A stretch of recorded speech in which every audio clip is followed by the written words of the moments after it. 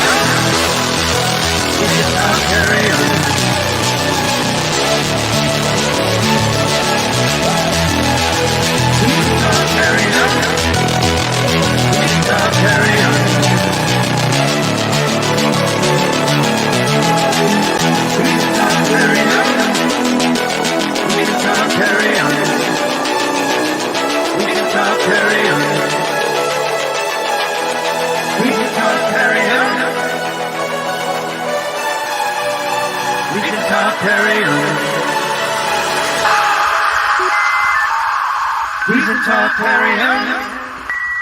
Recent Tartarians.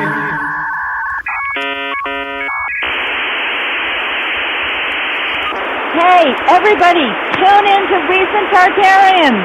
Recent Tartarians. Recent Tartarians. Well, here he is, coming in over 36 feet tall, America's sweetheart, the bear himself, Owen Benjamin. How are you doing, sir? Bro, that intro was like it was like an adventure. I feel like I'm kind of hypnotized, but good, dude.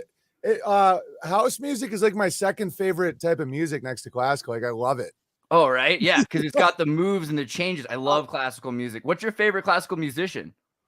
I know it sounds corny, but Beethoven. I know it's obvious, but It's a little corny. It's all right. I like it. Yeah. I'm a bit of a Schubert guy, which sounds nerdy. It's not any better. I don't well, think. it's cool to be gay. I mean, I'm comfortable with that. Thank you, bro. That's awesome. So, I mean, you might have noticed a lot of my followers are your fans. They're all excited. They're really stoked you're here. So you got a lot of love in the house tonight. So just know that you're coming at it from that. Yeah, dude. So, dude, I mean, like, some of us have been following you like either for as long as forever, from Sullivan and Sons and Punked and things like that, or just when the world went crazy and you said no more. So I don't know if you want to kind of explain like what happened. I've been following you since I saw you on Alpha Vedic, and I listened to that stream twice because it was so jam-packed full of gravy. Like I feel like this convo, I'm going to be asking you a lot of questions, dude. I mean, my life's interesting, yeah, you know. But I want the gravy, man. I mean, you were touching on some, like that was one of those convos where it really impressed. I was like, this guy knows shit. Well, I mean, as a person suffering from narcissistic disorder, listening to 3 hours of Owen Benjamin talk about that was actually more beautiful than the actual experience for me. I think that was Where do you huge. think narcissism comes from? Do you think it's like I was researching it recently. Is it like a response to trauma and feeling like no one has your back when you're a kid? You think that's where it comes from? I think that it may be in the worst cases of narcissism. I think maybe more broadly, narcissism doesn't have to be so bad. It could be that you think you're right about something when society's wrong about it. Well, it's stubbornness. Like people call me a narcissist too, and I'm like, I'm just stubborn, man. Like right? I won't back down when I will apologize if I realize I'm wrong, but if I'm not wrong, I'm not moving. But what's the point? Never get up to unsay what you already got up to say. You know what I mean? You were talking about that in Alpha Vedic where you're like, we all have a right to resist. That was really cool, man. When you're like talking about we all have that inalienable right to resist tyranny. Like we have the right to at least try. And yeah, I think that's what the Magna Carta is really about, right? Because the Magna Carta, you've got this long-winded story that we've got a king we forced to calm down and to restrict some of his powers. But really, it's a contract, and a contract is between two mutually agreeing parties, not under duress. So a dude at sword point is not, making his own decisions, and he is not just a king. A king is the last remaining sovereign. The last person who has self-determination. Everyone else has to follow somebody, but the king can do his own thing. So a king signing a contract at duress means that the rest of us could sign a contract to limit our sovereignty at duress, anyone below the king. So I mean, we think of it as this great thing, but all we've done is we've said we won't revolt as long as you give us a social contract, right? And you've been a major push against that, I know, because you've been trying to build your own homestead and everything. I mean, what's the point of building a homestead? Well, I saw the levers of control work. So a little backstory about me is for your listeners. I was a Hollywood working comedian, like I was in Sandler movies and Comedy Central special. I was never like a Bill Burr level or like something like that, but I was high up. Like I had my picture painted on the mural of the Improv, And so I was very well liked too. And that plays into the stories because people always really liked me. I think I actually got more success than I probably should have at times, just because people always like to have me around. They're like, Owen can open for anybody, It's like, because they used to send me out with Julio Iglesias, or that's why I was like one of those baseball players that could play any position. It's like shortstop, center field, whatever. And that's why the narrative against me has been so hilariously inverted, because I was always known that I could do the black rooms, I could do the Jewish rooms, I could do the gay rooms. It's like any demi. Yeah, no, literally, it's like I could do refried Fridays is this Mexican night at the Improv, or slanted Tuesday. Swear to God, the world used to be like this not that long ago. So right, yeah, Sullivan and Sons is all about that in a weird way. Oh yeah, that was politically correct at the time. Yeah, and I cut my teeth touring with a multiracial cast, and I was always used to doing it. And what a lot of people don't understand when they're just behind the screens is like, gay dudes in San Fran want to be made fun of for being gay. Jews want to be made fun of for being like, they like that. That's what makes you a good comedian. Is you go to in San Francisco, like roller skating jokes would be hilarious, you know? Yeah. Because we've inverted it where now it's like, oh no, he's gonna offend all these people. But in reality, it's the opposite. And so Eddie Izzard, he used to be like, oh, look at you. There's a lot of snakes in the audience making fun of San Francisco. You know oh what I mean? yeah, totally. And they're like, yeah, We love you. love We it. love her. Eddie Izzard, yeah. Yeah, I used to sell out in San Fran all the time because they want to be mocked. They don't want to be put on a pedestal. In fact, a lot of them hate the normalization of LGBT because they're like, you know, we don't want to be like Crack and Barrel. We're like vampires. You know, they like hate it. We're hard to get. Yeah. But anyway, so what happened was, and I was always would consider myself liberal because I was like, why would anyone lie? People just want to do their own thing, you know, and I never really looked into anything. I was never very conspiratorial. But I was a truther. I was always like, you know, saying what I thought was true until they did the trans child thing. And so I know this is on YouTube, so I'll just kind of like be vague about it. But I will. Ladies and gentlemen, Owen Benjamin's impression of subtlety. Go. All right. This is it. No, I'm just kidding. So I started, and I was like all verified and authorized and blue check marked out and repped at CAA and all this. And there's this dude who was like raising his 5-year-old to be a girl and on hormone blockers. And I'm just going at this guy on Twitter and calling it out, and starts going pretty viral. And I start getting all these calls like, take it down, apologize. And I'm like, no, dude, this is like total abuse.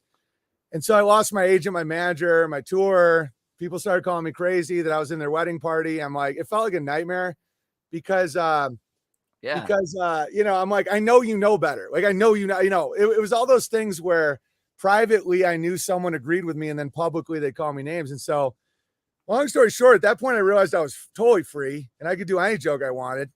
And then, and I also thought that I was kind of finished. I was doing tree work with my brother, and that was very humbling and awesome. It's kind of like Siberian exile, you know. It's good.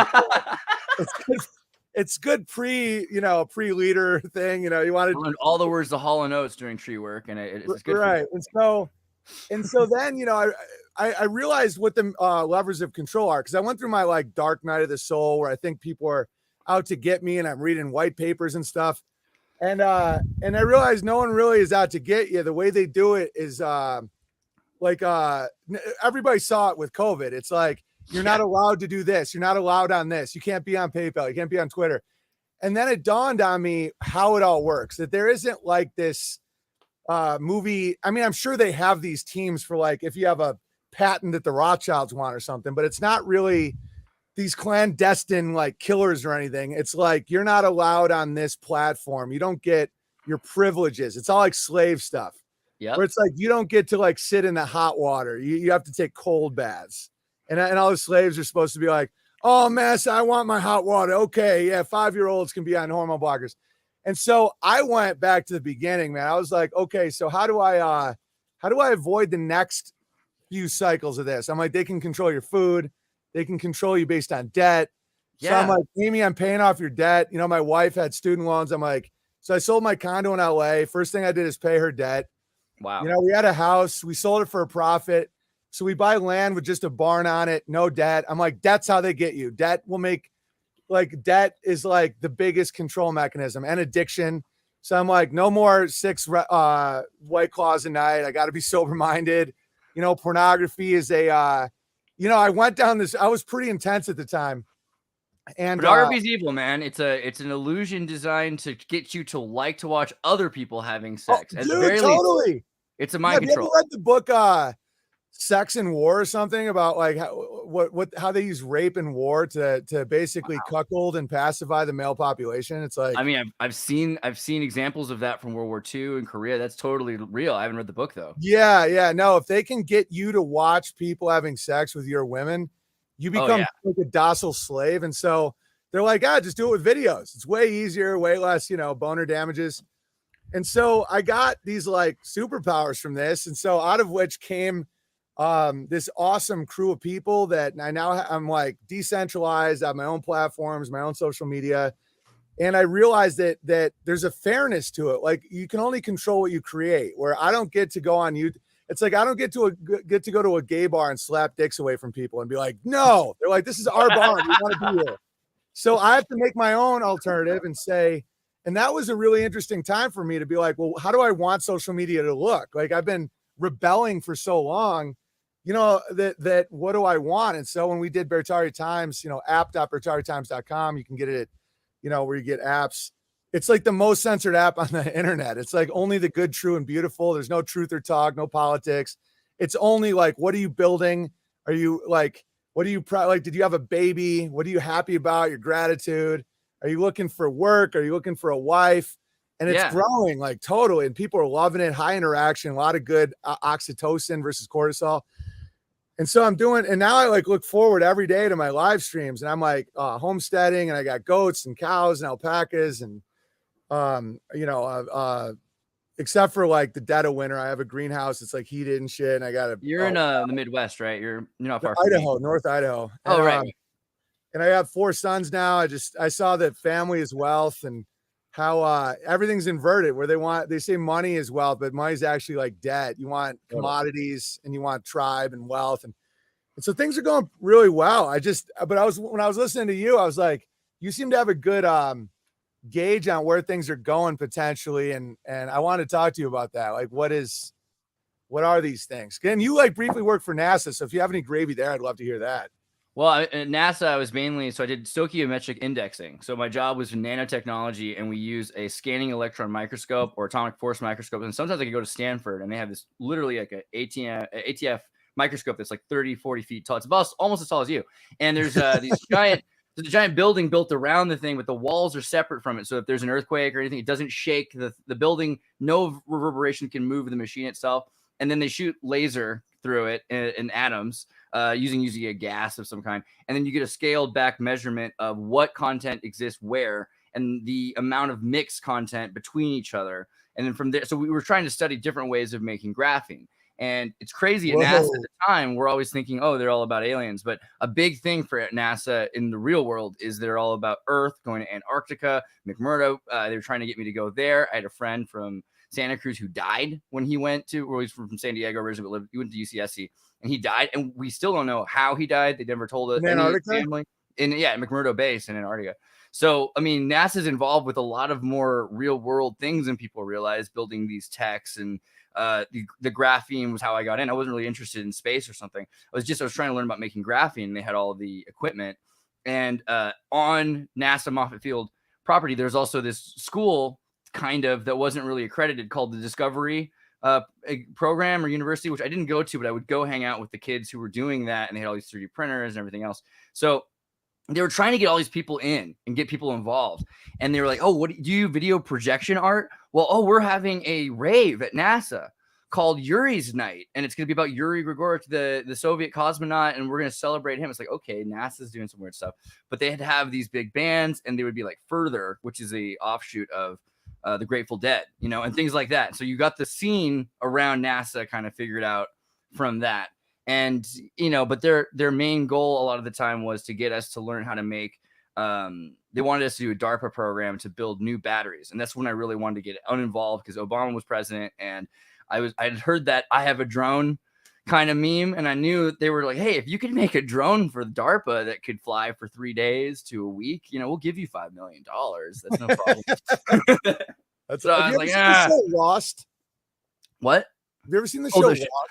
Yeah, I have seen Lost. Yeah, right? Yeah, I feel like that show's kind of about like DARPA. There's also the roots of DARPA, like these hippies that started figuring out how to like train humans like animals in like an island and all this weird shit. And then they like start infiltrating all over the place. But so what's going on with graphene? I think NASA is all about what's happening on Earth. I don't think it has anything to do with space. Right. Yeah. It's so funny that they use all these stories. I mean, like Velcro comes from NASA, right? And there's the best alien conspiracy there is, in my opinion. I think it's the cutest anyway, is that when they showed up at Roswell, the dudes got their like military suits stuck to the side of the ship and their shoes stuck. Like, what's going on? Oh, what is this stuff? And they realize the whole ship's covered in Velcro. And then that's where it comes from. Because, originally Velcro was used to walk around in the space station, supposedly, right? And it's made out of diamonds, and it's like carbon steel cable and everything. I mean, the kinds of stuff that they really come up with are really cool, you know? Yeah, And yeah, so, totally. That's why I'm like, everything isn't just good or bad. Like having kids now, like my son will be like, "Is that a good guy or bad guy?" I'm like, "They can be both." You know, yes, you say that's yes. really the answer for everything. You have a sliding scale of good and evil based on, you know, intentions, honesty, all this stuff, but everybody has elements of both or else they wouldn't exist. Like NASA obviously has some value.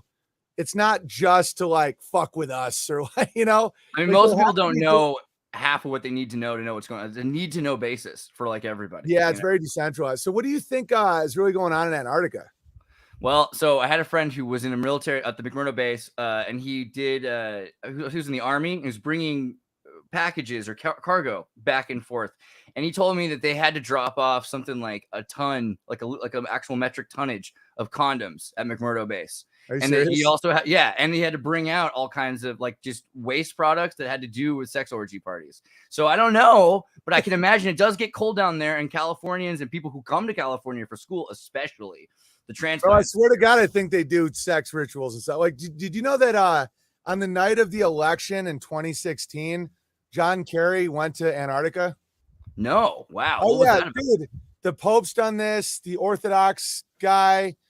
Like you'll just look and see that John Kerry on the night of the election in 2016 Wow. was in Antarctica for one day and then came back. It's like you wouldn't happen to be, I don't know, orgying. Yeah, well, You that's know? the other question. So, Admiral Byrd, do you think that there's like a secret government in Antarctica that's like the world government to be or something? There's something, man. I mean, it's like, so you have the whole world has agreed to not go to Antarctica. You're not allowed to fly over Antarctica. That questions a lot of Earth shape related elements. Right? Yeah, Thank because God people for Owen start Benjamin. thinking like, ladies and okay, because the lie is always where you see everything, where it's like, and I don't know the shape of the Earth. That's the bottom line. Is I know I'm highly dubious of the mainstream, obviously, but I don't know. I can't prove it. I can't do scientific. They won't let me go to fucking Antarctica. Right. But, It's like that's the point.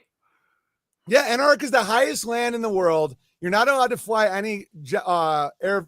Like you go, there's like 50,000 flights a week over the North Pole, 0 over the South Pole. And their reasoning is they say, well, we don't want to disturb the penguins.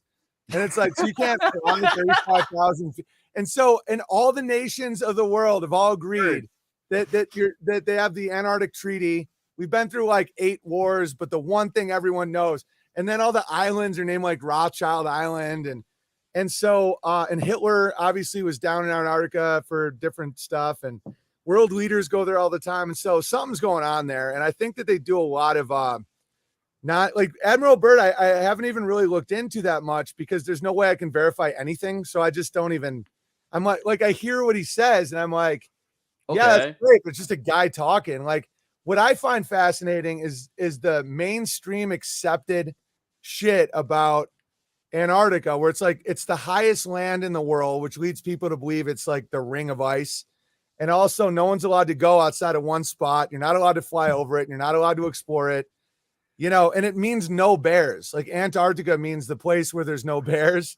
And so that's like an interesting synchronicity about me and my people. I don't trust it. Right. I don't trust it at all. In Antarctica without bears. Yeah. It's like, that's wild. Did you hear someone was telling me yesterday the idea of marsupials being from Antarctica originally, and you know really? that so a big thing with the flamenco timeline in Tartaria, you know, it's really easy for people to say this is tens of hundreds of millions of thousands of years old, like this star, blah blah. But it's weird. It's really hard for people to handle the idea that like Mulholland Drive was like a lake and Bakersfield was a lake, and they flipped it around into deserts in parts of California that weren't, and that even in 100 years we you know. It's because so many liars have taken over the climate change position that we can't even look at the few circumstances of truth to that where we actually mess things up. So many things we think of millions of years old are like 1,000 years old or a few hundred. Like what? Give me an example. The Sahara, right? You've seen Mega Chad too, yeah. Right. There's all this evidence. The Tamanrasset River crosses it. There's the Mega Chad and the Mega Congo River. And there's no way it was 100 million years ago. There's clear people talking about it. Whales, bones and things. This is within the last 1,000 years, which freaks people out because they don't want to believe that we're or something is causing changes that broadly. And doesn't it seem intentional, this air desert? Like it just looks like someone's like, fuck this. Take that. Yeah. Yeah. Because like when Gaddafi was trying to greenified. He had all these like this giant amount of primal water coming out. And I think that was the main reason they killed him. I think it was way more than the currency thing. I think that it's like the plot of Dune. It's like Arrakis, they're like taking the water back into, because it's all a cycle. Like once you get the water up and the plants start using it, it starts making clouds and raining. And then it cycles itself up. And if you look at, the civilizations around there, like they had tons, they obviously had tons of trees to be able to make those stone structures, and so where do they all go? I don't know. Right? I mean, what do you think about the silicon trees? That idea that there were giant trees that have been cut down. I think that Devil's Tower was definitely a tree in my opinion. I mean, it just, gosh. Looks, there's no explanation that it wasn't, and it looks exactly like a tree. It's just like, that's a fucking tree, man. Someone had shown us this Madagascar blockage, which showed not only a mesa that looked kind of like the Devil's Tower tree, but then around it, like leaves that were like almost a quarter mile in different directions and stuff. Kind of like there was a, what do you call it? I'm sorry, a tree's overhang, the canopy. Canopy. See, because he's an arborist too. He's an arborist. There you go. I appreciate that. Yeah. So, but speaking of bears, this is probably the biggest argument. Not that we've ever really had a big argument, but how dare you on panda bears? So, I think the difference between, well, let's start with what you believe before I just, what do you believe about panda bears? I think I think they're like Shih Tzu dogs. I think they're total bull. I don't think they ever existed in nature. But do you believe that they're men in suits, or do you believe that they've been genetically? I think they have been men in suits. I think that people that just want a quick profit are like $100 to see a panda bear, get drunk Gary in a suit, retards. But I know there's actual bears, there's actual living animals that are panda bears, but they're not in Chinese literature. They're not in Chinese art. They ovulate 2 days a year. They're always sleeping. They only eat one thing. They can't handle hills or steep declines without falling on their fucking. They claim that they lived side by side with like tigers and shit, and they weren't just all eating. They have no ability to defend themselves. They eat on their heads. They piss on themselves. They're like dumb. They're always falling out of trees. Like that animal is not a real animal. And then you think it was like bred by like artists? I think, the Chinese made the Shih Tzu. You look at this dog. There's no way it was ever a wild Shih Tzu. No, there's never like little dogs like out hunting. They know how to. You can be, dude. I can selectively breed the shit out of stuff. Like now that I do farming, like I'm such a eugenicist now. Like not in the bad way. I'm not looking to kill people or cut. You're Mendelian. You're Mendelian. I get where you're going. What does Mendelian mean? Mendel, like the Mendel. He was. The priest. Yeah, like Mendel. I thought you meant like Mendel. Yeah. Not Mandalorian. Like come on. I actually went to school in Brno where that dude first discovered genetics in Masaryk University in Czech Republic. Dude, it's amazing. Awesome. Yeah, no, that's impressive. I used to a little bit, but it's all gone. That's like done. Oh yeah, like Zemslina. Yeah, it's like Sems New Yorku. Velky Moosh. Like I know how to say like big man, and I like ice cream at the time because I had an Italian girlfriend, so I actually learned more Italian at the time. But so yeah, like you can make I think you can really like fuck with species pretty quick. Like I'm doing some shit with chickens that is probably going to get me like some sort of Nuremberg trial. I mean, I'm like, what are you doing to the chickens? Well, I'm breeding now. I'm not like doing anything weird, but I'm like, okay, so we're going to take a naked neck and a Polish crescent. We're going to, maybe start a war, get them in debt, show them some pornos. And then we're going to, and so, yeah, you can make a panda bear. No problem. I mean, it seems like, so it's interesting because, I trying to find pictures of panda bears. You don't until the Tartary Bellicum or whatever, when the Jesuits started. Jesuits discovered them in the late 1800s. They came to America in 1947, right after the creation of like Israel or something. It's like the timeline's retarded. So is it just that they, rich people wanted a Chihuahua, so they bred something cute, and then how come they put it in nature instead of just leaving it in a cute like garden zoo? I got a theory.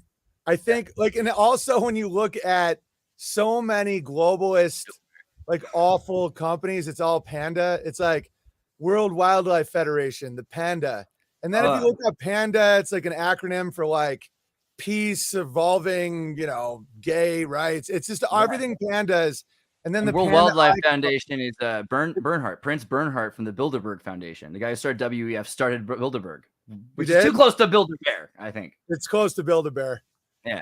And so yeah, I just think that it's the ultimate. I think they made the. I don't know if it was intentional or conscious or anything, but it's the archetypal man that they want. They want a vegetarian who's docile, who pisses on himself and breeds. If he's every panda is a single mom. They only eat bamboo. They're like high needs. They're bitchy and cranky and fat. They're black, white, and Asian. It's like It's hard life. yeah, no, it's like this pamper. It's like this. I don't know. It's just like the ultimate cuck animal. Yeah. It's like And it's being spied on. You've seen the documentaries where like the panda is being spied on. Clearly, if humans are surrounding this thing with cameras and it's unaware, it's not going to do very well with tigers. Yeah. Dude, it sleeps 22 hours a day. It can't procreate in the wild or in captivity. It's like do you know this is why I know it's intentional and it's just to like mock people. Do you know what a group of pandas is called officially? Not a litter. An embarrassment. Oh. Yeah, it's like yeah. A herd of cows, a school of fish, an embarrassment of pandas. You're never Is it allowed. spelled at least like bear instead of No, bear? it's like it's embarrassing. And you're not allowed to interact with them in the wild because of viruses. Like every lie they have, they just stack on top of it. They're like climate change, virus, 9/11, terrorism, like whatever current lie they're doing. Endangered created species that can't breed on their own that we need to protect and remove other people for. So, but you love bears. So this is actually, like you said, like kind of a double whammy. Why are bears cool? What's so awesome about bears?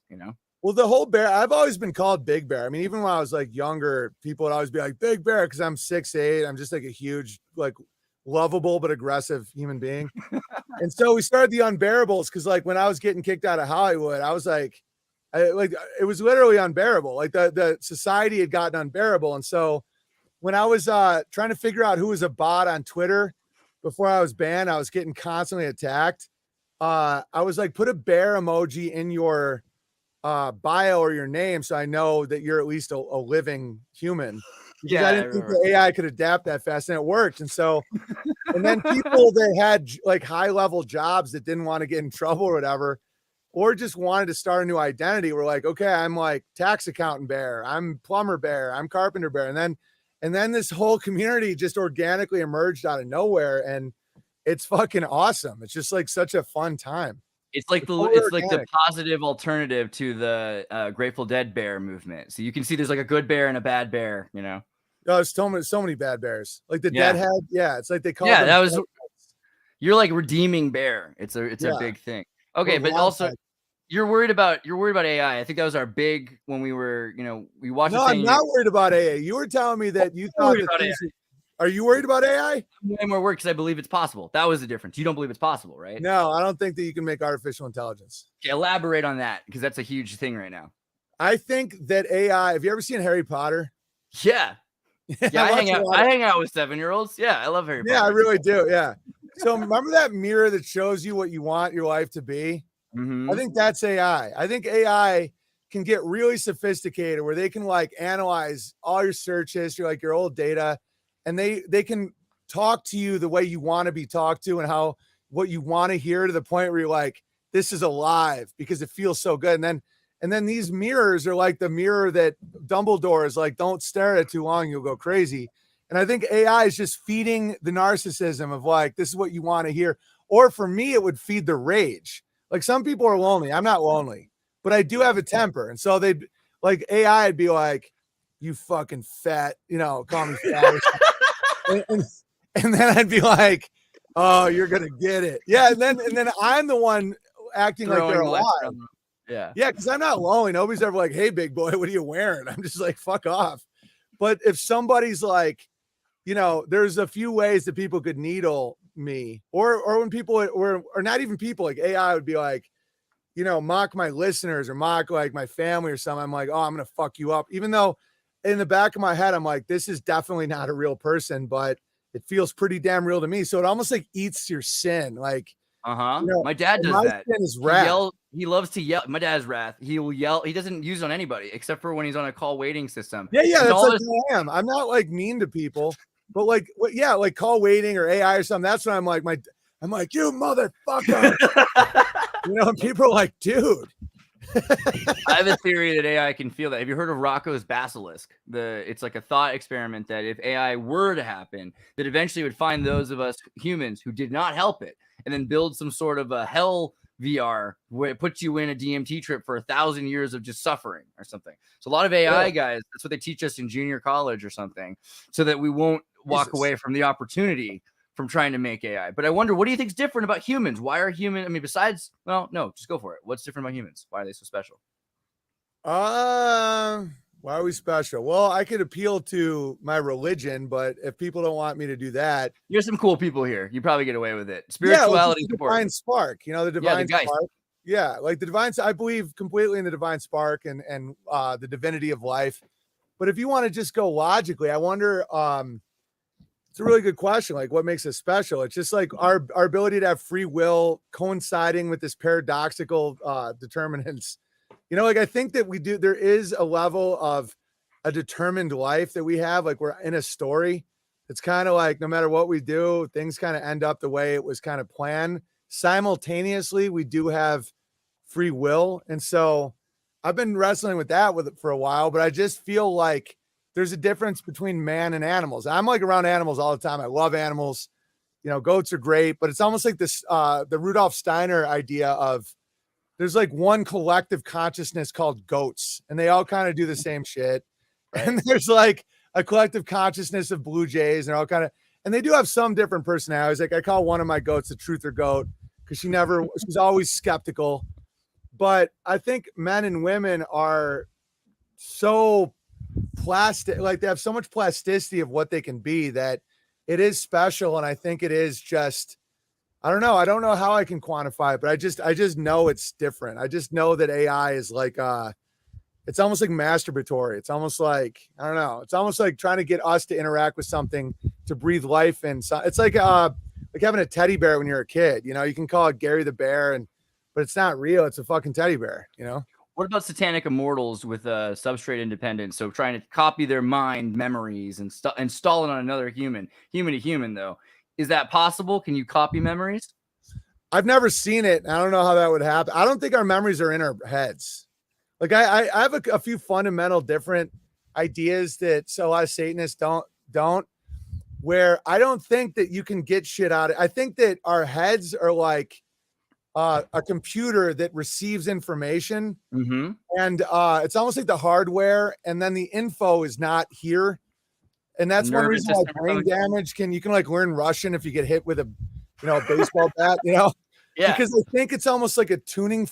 There's like all these frequencies, and I think you can tune to different frequencies, and I think that this is the receiver, and I do think that a lot of who we are isn't even here, because I think technology mimics the divine world, where the iCloud and the internet and digital, like digits are your fingers. Like this is the digital creation. And so I just see our brains as the computers, and you can have hardware damage, but it doesn't take away from like our spirit isn't there. It's in the Ethernet cord, like it's all the same language. And so that's why I don't think you can just like grab someone's memories out of their heads through a scan. I think you're almost like scanning. Maybe there's memories because there is info on a computer. I don't know, but I know it's a really hard question. I mean, that's the thing. Everyone's trying to figure out, and it's weird because if I can see it happen, I would believe it. But I'm looking at Elon Musk and these guys, and I'm like, you're not even healthy looking. Right. Like Elon Musk. It looks like the AI is getting in them, not the other way around. Yeah, I feel like there could be a silicon-based life form just because you look at those trees or whatever, but I don't think the shit that people are currently mucking with, unless you know some NASA gravy that you can let me know, or DARPA or something. Like if they have I don't understand graphene that well. I don't know why they're trying to get everyone to inject it in their body. If you could illuminate me on that one.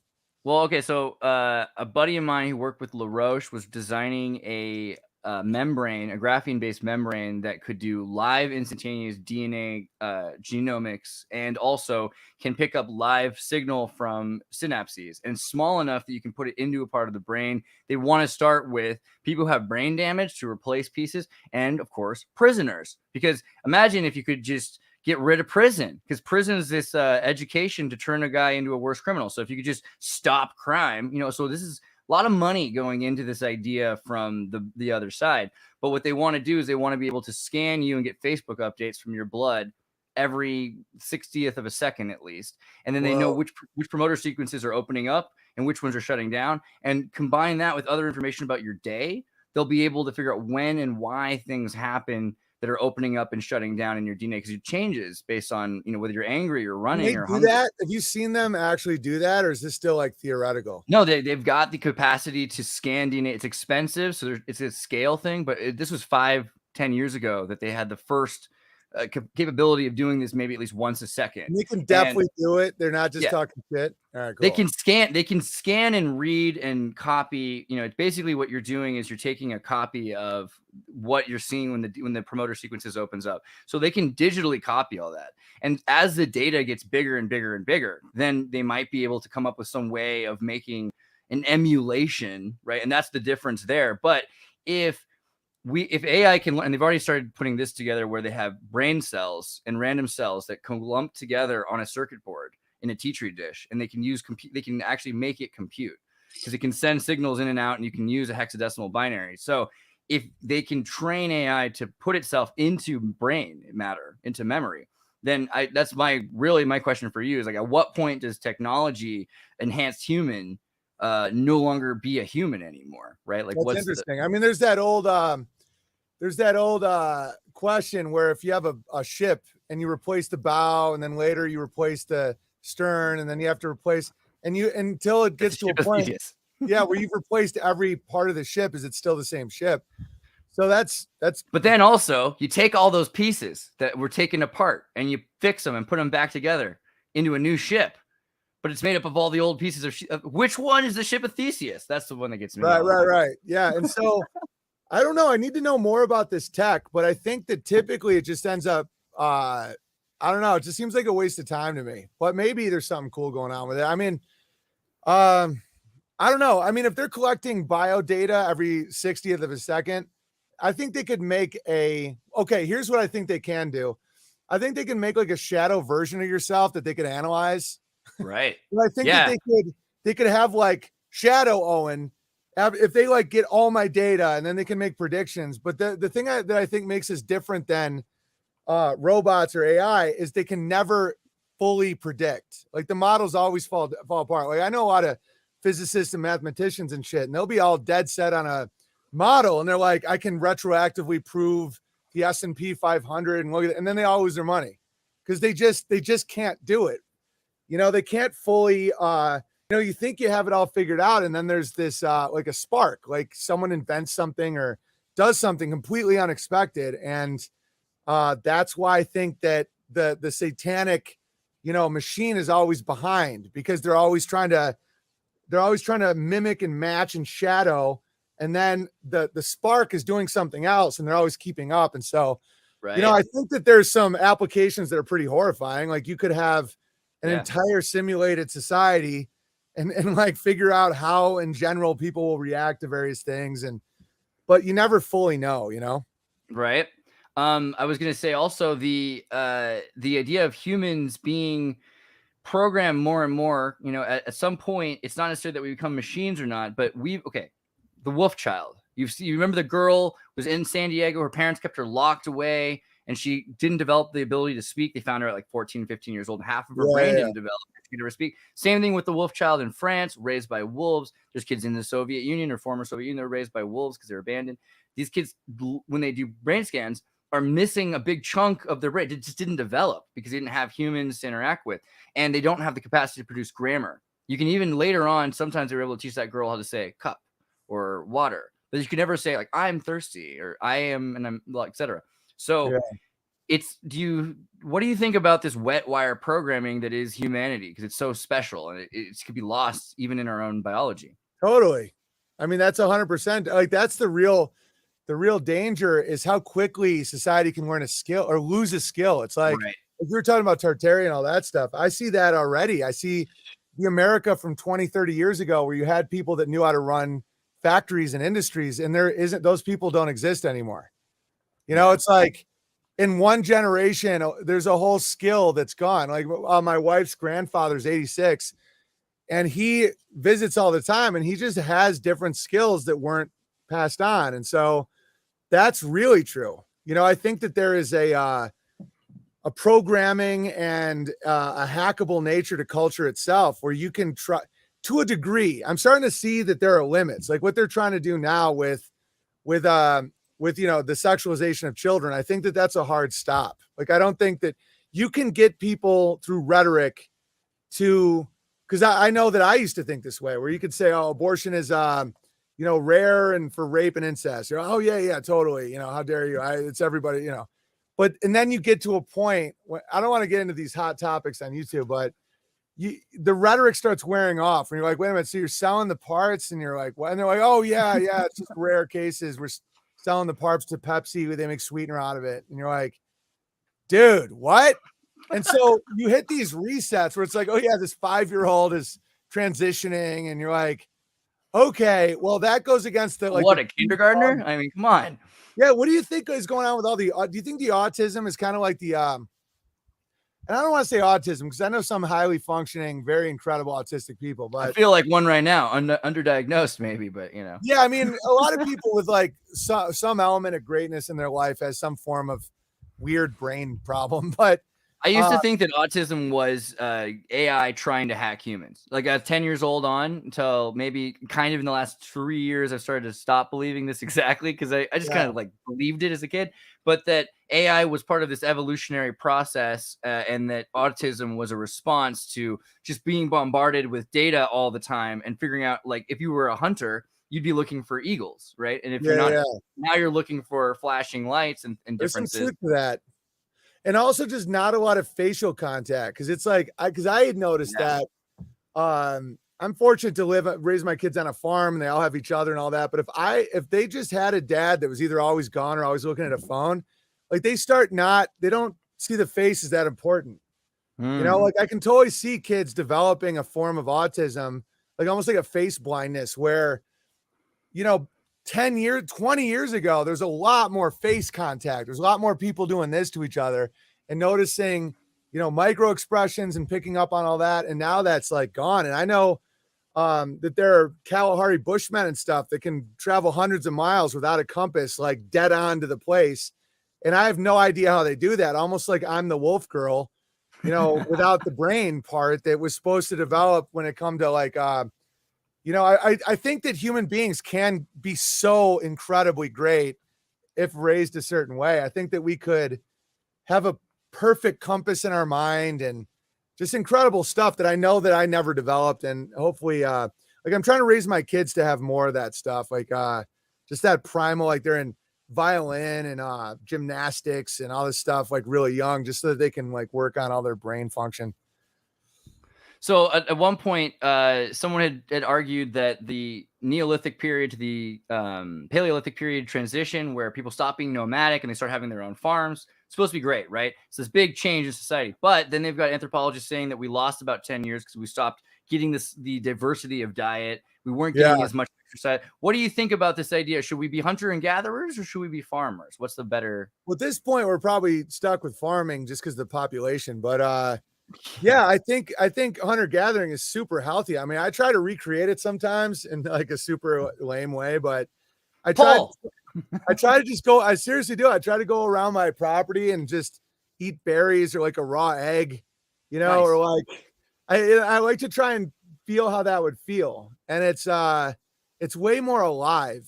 It's definitely you're a lot more alive, and your diet is definitely better. But yeah, that's why I think back to the king and Magna Carta, I think that noble savage is actually kind of a compliment where they were their own kings. When the bees say we was kangs, and it's kind of funny, I think there's some truth to that. Like, I think there was an element of a royal thinking where a sovereign man sometimes could be seen as a savage, but they were actually more sovereign. There's a really interesting paradox with a lot of that. And talk about Tartaria. I think a lot of bees lived here before Columbus. Like, I think the slavery narrative is highly exaggerated. Right. Yeah. Like, I think that there was whole populations. I mean, look at the architecture. There was the Mississippi Delta had like cities and all this stuff. And yeah, you had your Indians in the prairie with, teepees and all that. But I know they didn't build that shit with like horses and buggies and, like I'm just thinking a lot of that shit is, I think like you were saying, a lot of stuff is a lot more recent and a lot of stuff is a lot older.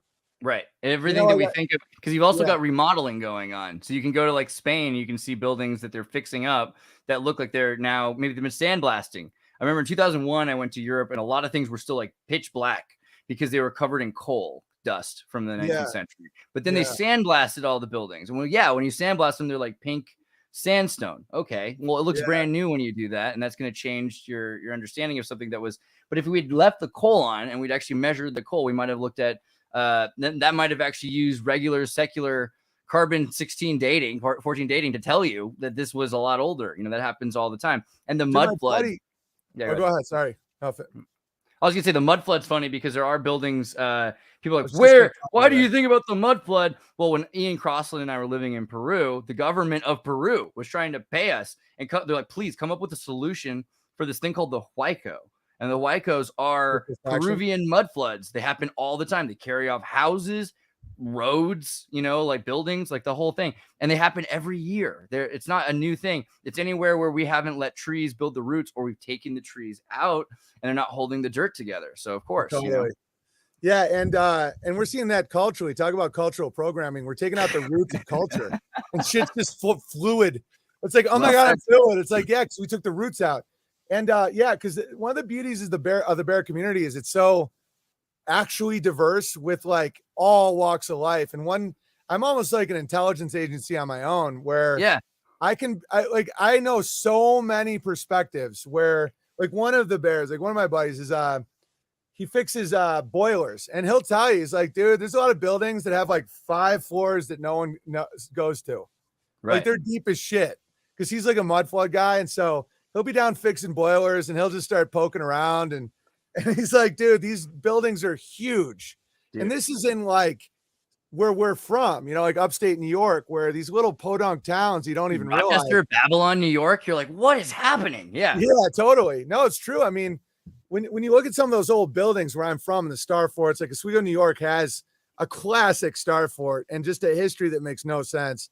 There used to be like 120,000 people there. Now there's like 15,000 people. And there's like these old red brick buildings that go down like stories into the ground and no one can explain why. And it's pretty fascinating. God, I mean, people from New York, it's great to just show them some old pictures because, you've got, we do have these abandoned classical Art Deco style train station, underground subways. We do have these huge. Yeah. We do have diesel engines or electric engines built by Edison, supposedly, that are the size of a house in the 5th story below the giant building. Yeah, that's right. It's something you can't. Castles. There's fucking castles. Like you'll just see a castle and everyone's like, oh yeah, the fucking castle. That's why they want to keep everyone so drunk. Right. Because I grew up, everyone was drunk all the time. Like all the time, all you did is drink. So it's like, and looking back, there was so much fascinating shit all around us, and everyone's like, Milwaukee's best, baby. Yeah, let's drink beer and play hockey. And I just can't believe I didn't even notice some of this shit. Dude, I used to go to parties in high school, and if they had a keg there, I knew it was going to be a boring party. Because, I didn't really drink a lot at that point. And so I knew that nothing else was going to happen as soon as that was the thing, Yeah, there's just going to be guys trying to grab my face, telling me they love me. And that's it. Dude, and then when I said, yeah, thank you. And they would never believe that I knew. They'd be like, I love you, man. I'm like, I know. They're like, no, you don't know. I fucking love you, man. I'm like, I get it. They're like, no, I love you. I'm like, dude, maybe we should have another fucking hobby, man. God.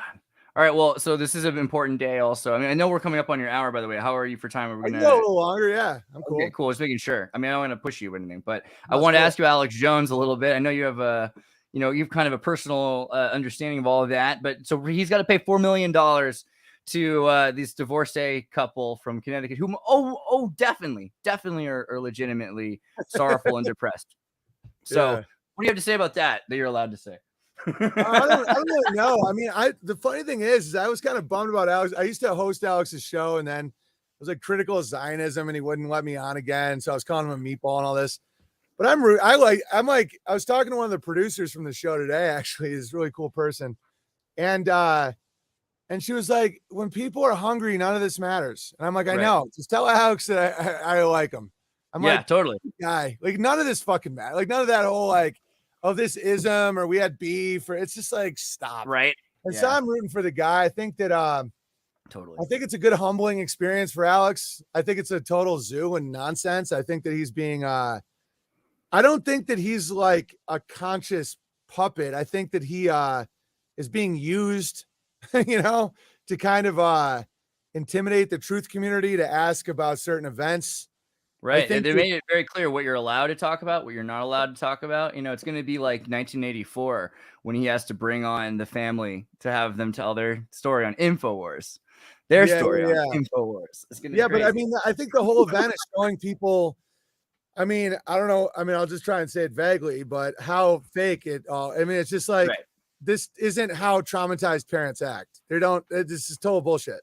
Yeah. I mean, and the other thing is, I think really brilliant that the lawyer said was, we're going to take for granted that these people have lost their kids. That's part of the court case. And so they've got trauma. And was their trauma produced in 2018 or was it back when the thing happened, the event itself? And it could be regardless of anything else, because this isn't a criminal course. This is a punitive libel. This is all monetary, right? This is all for damages. So, we don't have to worry about the O.J. Simpson level of truth here. It's just about whether or not this was affected by Alex Jones. And clearly they never saw anything he ever did. He talked for about 90 minutes over 18 hours of the 6 years that he'd ever brought it up. It's really a lot less than people realize. And so they had to acknowledge that he had very, very, very, very little to do with this. But because they'd gone and said $150 million, I think they still had to put $1 million somewhere in the cost of everything. I think it's just a way to try and work them and hustle them because, I mean, if you kind of look into Sandy Hook, this is all ridiculous. I mean, I don't want to get into that, but the irony about all of it is, the details around that event are so absolutely ridiculous. What is your definition of evil? What do you think about that? Totally unrelated. No, it's a great question. Evil. Well, there's a lot of different definitions. Like one, sin originally meant like to miss the mark, where it's, to miss, to be weak, to be hollowed out, evacuated. I think evacuated is a good way to describe evil. Religiously, I'd say without God. Inversion, to act as your own God, where your own, like a solipsism can usually become very evil, where it's like, I don't know. I try not to judge too much. I like to mock sinful behavior to strengthen men, but I don't like judge their soul or anything. Dude, shaming, people keep telling me shaming is a good thing. Do you want to elaborate on that? Yeah. Well, it's how men strengthen each other. And it's one thing that literally George Soros is trying to end because he doesn't like strong men. Right. Is like the fancy boy, special boy stuff. Like if you go to Hunter, I know I'm referencing the hunter-gatherer stuff, but you were talking about that earlier. They shame each other more than any group in the world. So if a hunter-gatherer gets, like you go to an African tribe, and I have a buddy right now, like all ebogaed out in Africa. He's like in the Garden of Eden, And so, and one thing they do is if you have a possession or if you kill the biggest animal or if you think you're special, they attack you like in a fun way, but they like call you names and attack you and mock you because that special boy narcissism is very dangerous during hard times because that's usually the one who steals or betrays or anything. And so mockery and shame when used in the proper way, because there's shame all the time. You're never going to get rid of shame. Right now we're being shamed for speaking the truth, being strong, eating healthy, having a family, not hating your skin. Like your people are shamed all the time. People shame me for my jokes, for my attitude, whatever. So shaming people for destructive behavior in a funny way, not like you're going to hell and I'm not. I don't like that shit. I don't do that ever. But it's like you're acting, that's that's a self-destructive thing. And then that re-guides the man. Like, okay, Vince Vaughn used to shame me for not having kids. And it's one of the reasons I had my first kid. It changed my life. Every Father's Day I text Vince Vaughn. I'm like, I always tell him, like, thank you. Because he used to be like, baby, stop pulling out like a coward. You're fucking pulling out. You're not making babies. Got to make it happen. He's like, oh, special boy the big bear doesn't want to have little babies. Come on, make it happen. Spread that seed, baby. And so I was like, and I was dating my now wife. And I'm like, yeah, I should. Whereas if my alpha at the time was shaming me for not like fucking hookers, maybe I would have went down that road, because that's how men operate. The alpha will shame and kind of guide behavior. And so if it's like, why aren't you doing this? Like, oh, you fucking pussy, you don't want to be with hookers. That I wouldn't have done. I would have broken away from that guy, but I know that that can happen. So if you're shamed to have family, shamed to have garden, shamed to stop being fancy, and then that's a good thing, because materialism is how, I want to talk to you about where things are going. But when you look at, Fink and BlackRock and the WEF and all that, hyper materialism is how they enslave men. Where, I was making fun of Andrew Tate today a lot, where it's like, if you want to be the superior man, you wear like $5,000 shoes on a private jet, and you have your Hot Topic shirt open that's how they enslave men. It's like, you need to get more money to be a better man. And if you're chasing status and money, you're a slave. Like, I'm not against money. I'm not against wealth or power or any of these things. But if you're basically acting like a woman, like you want bedazzled $5,000 jeans and you're the special boy and all this stuff, it's like, that's how you enslave a man. Because special boy is my favorite thing to say. It's my new pejorative. Special boy. Special boy is great. And like the crew I used to roll with, which is like Vaughn and Pete Billingsley, he was the kid in the Christmas Store, and he directs all of Vaughn's movies. He was the producer of my sitcom. And when we'd be at dinners and stuff, we'd make fun of that behavior. Like Pete would be like, what's your best wine? Only the best for me. I'm a special boy. And when you're around people with that much money and that much power, that's so important. And that's one reason why they're so cool. Those guys are still so cool, is like how special you want to be. Like, it's one thing to live. Yeah, it's one thing to have a big house and a pool and like do well. But I mean, are you a special boy? Like, are you like mommy's little special boy? And if so, then that's a problem. And that's like dangerous to the whole community. What happened? So you said that, special boys might steal in their tribe and things like what happened also, Magnum PI, Indiana Jones, they kind of created this slut loving player culture to replace family building. Why? What's it for? What's it do to people? Population reduction. Yeah, I think it's population. I've never read them actually say it, but I think these banker types are always trying to take down the population. They want us all to be like, graphene, squirting, and whatever it is. Right. And so they want less people. They blatantly want less people. And so if you're constantly banging and rolling and not supporting and leading and guiding, okay, one problem with the satanic agenda is they hate competition. If you're on what I believe the right side of things, competition inspires you. Like, someone sees me crushing, they're like, I want to crush like Big Bear. These people would be like, I want to give him AIDS. That's how they think. They're like, I'm going to make him sick and weak and dumb and gay and broke and addicted. And because it makes them less competitive against them. And so that's why they're like, take heroin, be promiscuous, all this shit, because then you're less likely to take what they have. And these people are viciously ego driven, where Rockefeller famously said, competition is the only sin. Like, do not compete with me. And so in a society, a healthy society, you're competing, and out of which comes all this fruit. Whereas now we're dealing with a collapsing system where the tallest building is just the one that knocks down all the other buildings. And it's a shitty gay little building, Gay means happy. It's an unhappy situation. We have to be careful with the words. I just think gay it's not even really about a sexuality. Right. It's growing. Everyone knows what I mean when I say that. That's it's LGBTQAI culture. It's not log cabiners. It's the culture that's been eroded. Yeah, it's just gay. Like, being gay is being a fancy special boy. Yeah, and it has nothing to do with sex anymore. You're right. There's a lot of gay people. Zero. We get it. Can you stop being a special boy? I'm seeing that all over the internet. The irony is gay was originally a psyop. Like calling homosexuals gay was a way to elevate them and make them look happy.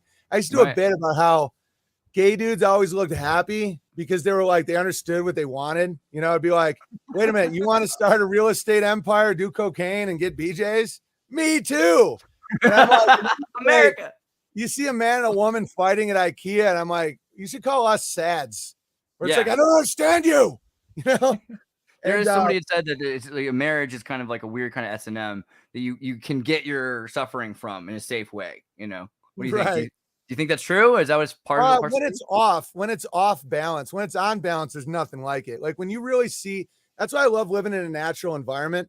Like when me and Amy were in a city, it was like we fought all the time. It was like crazy. We had so much drama. And now for the last 6 years, it's been awesome. And it's because one, she became a mom and I saw where all the paranoia is supposed to go. It's supposed to go to kids. Right.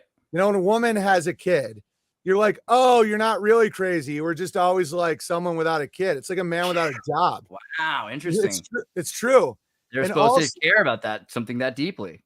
Yeah, they're always looking for what's wrong. And so when you're in a city and you're just like, you know, Netflixing and chilling, they're going to overanalyze you. They're going to hyper focus on you and all that. And men are like, oh, you're crazy. Yeah. Well, when you got 4 kids under 7, that's going to save your bloodline. Like, it's like, so we're just taking people out of their environmental programming, and they're naturally hunters gatherers. They're supposed to do these great things, and we're calling them crazy because they're still doing it. Exactly. And so the dominant, like how men are is totally good too. Like the way I am, you know, protective and, you know, very dominant and, you know, like to be in silence sometimes. Like all the stuff that men are mocked for, it's fucking great. Like I'm up in the morning, milking goats, milking cows. I give Amy like good, you know, good advice, good focus. We have good times at night sometimes, but it's like, I'm working, I'm providing, I'm bringing in resources. She's literally knitting sweaters with wool that we clipped off our alpacas. You know, she's got a baby on her back, a toddler on her front, picking berries, you know, baskets. It's just like fucking heaven. And she's like, you know, the male aggression that everybody says is toxic. You know, when she's like, Owen, we have a weasel, you have to kill it. I'm like, okay. I've had to stomp on mice babies. Like they scream. They're like, and you're like, you know, you have to be like a Jesuit, like crushing skulls. And that level of masculinity, women need it. They're like, you have to do this. I don't want to do it. I don't want to hear them scream. I'm like, okay.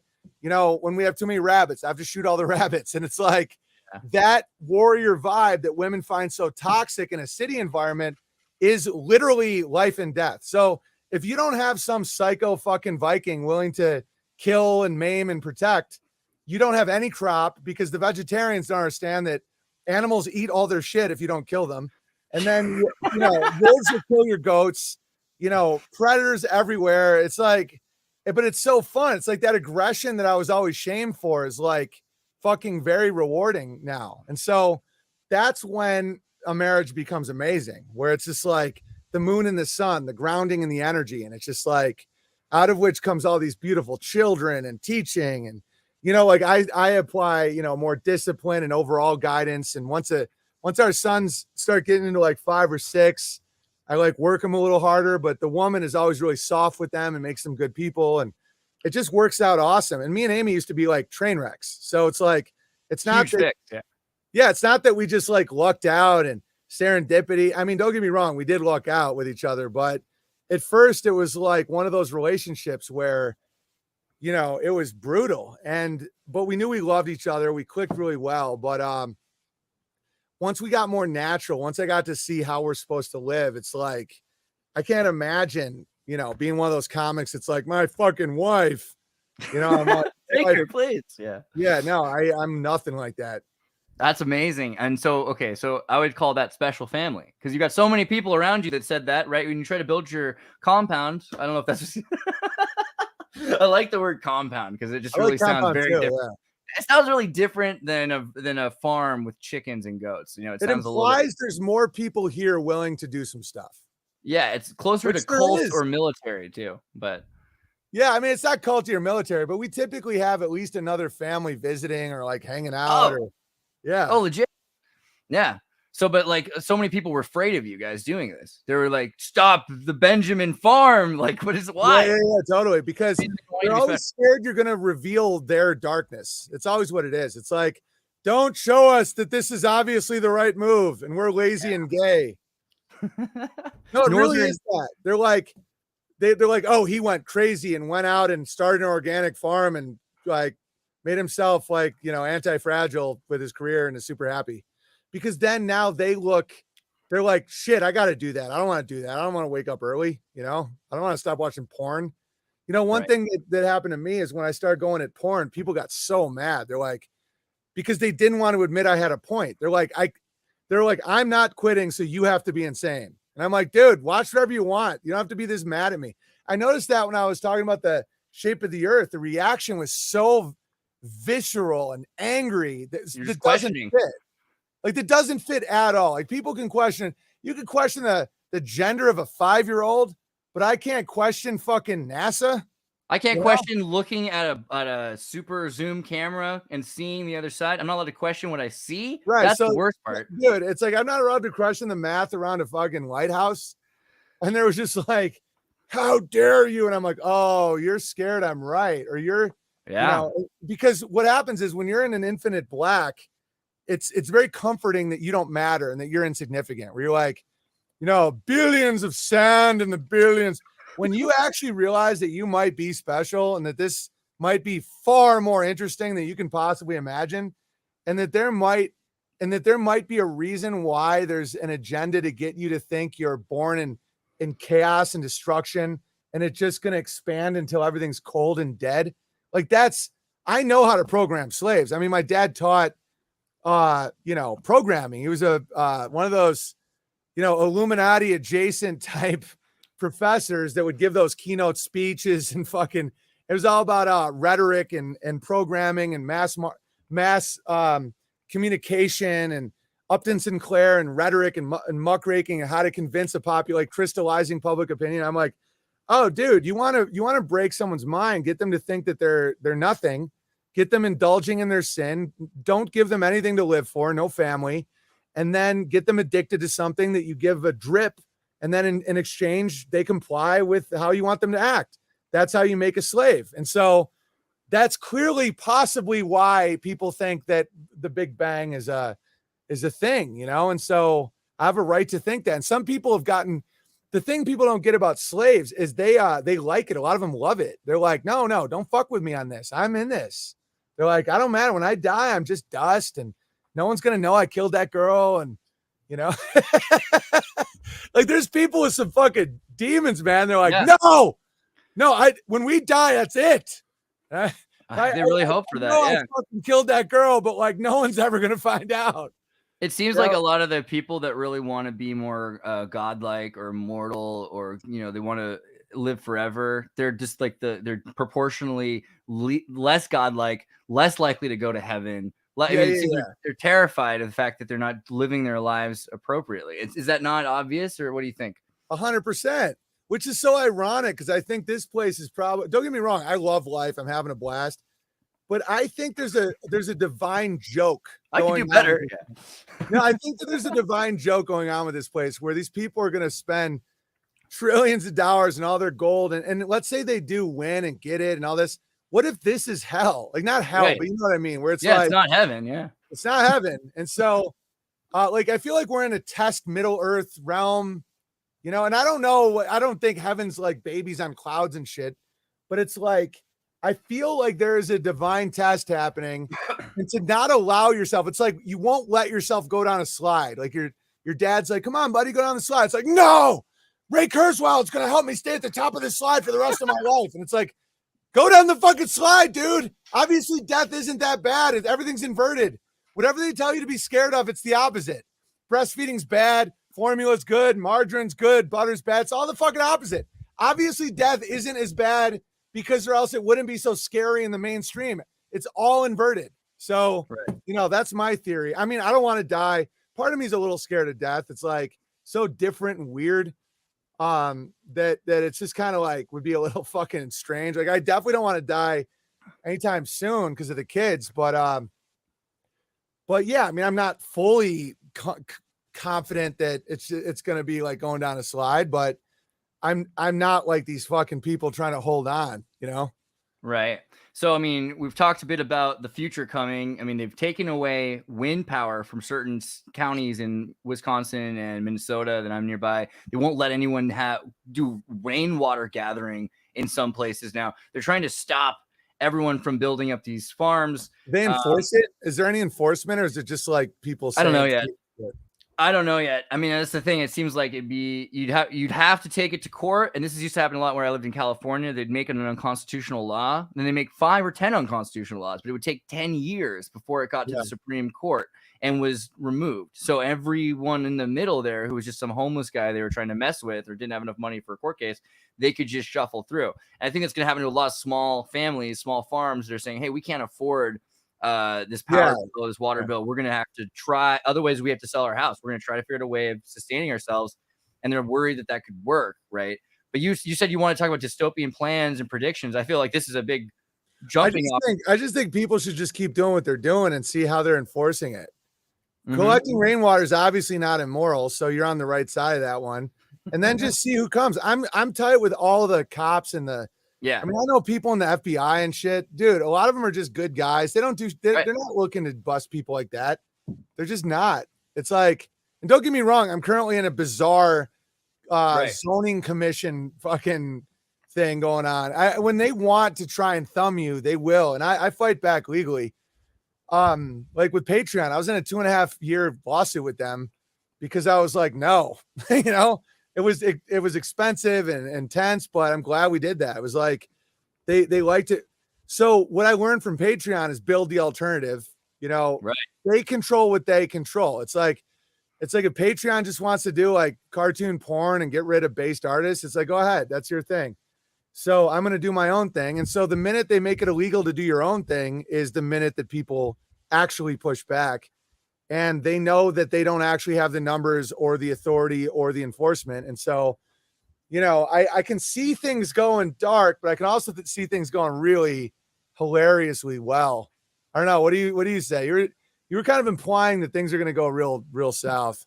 See, what I like the idea of, I'll say the darkest possible thing I can think of, and you can solve it with creativity and optimism, because I know that you'd also just pointing out the fallacies of these villains. They're not actually that impressive, you know, let's be real. But it is a scary idea to me that AI is coming, the metaverse, these kids are being raised not at your farm, but with these goggles over their heads into the machine world, so that they don't even have depth perception, and they can learn non-Euclidean space geometry in terms of how they're dealing with what they think of as another reality, right? And that could replace prisons. I was saying there's people that want to say, hey, you've got 1,000 years consecutive life sentences, serve it. We'll give them DMT so they feel like they're living forever, and we'll just make them suffer for 1,000 years in a prison. And then when they get out after a day, we put them back on the street. And this is where I see, you know, the biggest thing is that AI is going to be used to correct behavior, firstly, for people, for social reasons. And it might actually be for real crimes, like you're saying. Like, how does AI get applied though? Like how does AI do something? Well, so like I think in 2025 or 2029, the neural link, when it starts to be connected, it's going to do the scan, not just of your DNA, but of your brain throughout the day and throughout the year. And if it can at that point, the AI will be able to read your hormonal responses through your brain, and it'll use the human as an integrated circuit for the machine. So when it does something it can't do, the human can do it for it. And then it will record that. And then it'll be able to make approximate algorithm changes to their priorities based on. Like, dude, Owen just said the N-word again. Right. And that's where they'll be like, I can stop him from doing it because I can tell what he does before he says it, and I'll just shut him down. You know, so you think graphene, that shit, can shut down a body? I think it could be, you know, nanotoxicity could kill you. But yes, I think it could be used to control your body, especially neural link. Once you have a graphene tattoo and you have neural link going on, which could be radio based, it doesn't even have to be connected to your brain. Then the tinfoil hat is real. Like, people should wear tinfoil hats. You've seen the Prussians used to wear these actual tin head helmets, and the proof that the EMF radiation, some of the best thing you can do is wear the chainmail and the armor made of tin, so it blocks out all kinds of EMF. So there is something to that idea. I mean, do you see that show Dollhouse? I think Joss Whedon did that show Dollhouse, and people call up and then their brains get changed with someone else who's like leaping from mind to mind. I don't think that's impossible. From my thought is AI is more and more and more like a person the more it studies a person. And if it can be integrated into not a mechanical system, but into a real human, that's where we get lost. At that point, then whatever is free about I mean, this is the Darth Vader. When there's a little bit of humanity in it, how much humanity can really control it? Isn't AI super logical? Like when you write AI code, isn't it based on mathematical logic? So won't it be hard to use spellcraft rhetoric with it, where it's like, COVID lockdown, unless you're burning down a building for George Floyd? Like, won't those things be hard to program? Because it's like, that's what I hope that it will. So Kubrick's every time we do AI, it just ends up being like super racist. Yeah. Well, so that the good AI. I mean, I hate to say it like that, but the better quality, the more. Yeah, because they're using logic, they're solving problems. They tried to do AI with who would get who would get parole, and they're like, we fed it all the data in the world, and and then there's 20 prisoners, and we're gonna get rid of all stereotyping. We're gonna let the AI figure it out, and the AI literally basically said, no black people get it. Wow. And everybody's like, I mean, what it's really saying. And they're like, we've isolated the factor. Don't let the blacks out of prison. It's like the Willy Wonka robot. Like, why would I tell you where to get? That would be cheating. And like, what would I do with a chocolate bar? Yeah, AI is kind of dangerous for that. And I think that's the Kubrick's AI movie that Spielberg ended up making and ruining. It's all about this idea that AI has been put in charge of the world to save the world. And what's it do? It does exactly what it's been asked to do: reduce its population, use global warming to bring the water levels up and to drown out, some of the people that weren't in the highest echelons of the socioeconomic stratus. And then those people die too because they can't have kids. So it's bringing down the families. And all of this was an accident, but it's also all on purpose because, and then there's the most terrifying AI movie ever made, 1967 or 1970. D.F. Jones' Colossus, the Forbin Project. I recommend if you ever watch a 70s movie, Colossus, the Forbin Project. What's it It's say? Like Kennedy period. America's NORAD's built. They have a laser guarded nuclear AI system connected to the phones. And then they're saying we're never going to need to have another Cold War scare because this thing automatically will go find anything that's going on. And we don't have to have any humans involved. And now the Cold War will be over. But then the thing goes, beep, beep, there's another system.